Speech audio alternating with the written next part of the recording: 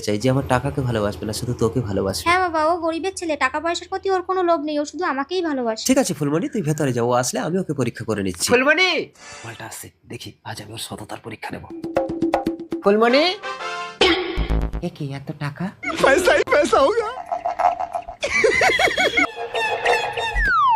তুমি এসেছো গোপাল? বাবা। নমস্কার। ঠিক আছে ঠিক আছে।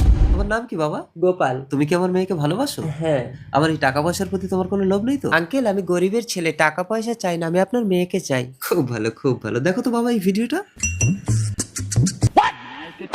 ছি গোপাল, তুমি এত নীচ, এত লোভী, বেরিয়ে যাও আমার ঘর থেকে। আমাকে ভুল বুঝছি। যাবে না?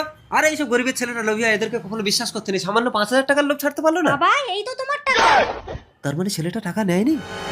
দেখি ভিডিওটা ভালো করে। হ্যাঁ হ্যাঁ, এই তো টাকাটা হাতে নিয়ে রেখে দিল। গরিবের ছেলেরা সত্যিই সৎ হয়। ওহো, ছেলেটাকে চিনতে আমি ভুল করেছি মা। যা, তুই চোখ বন্ধ করে ওর সাথে ঘর করবি।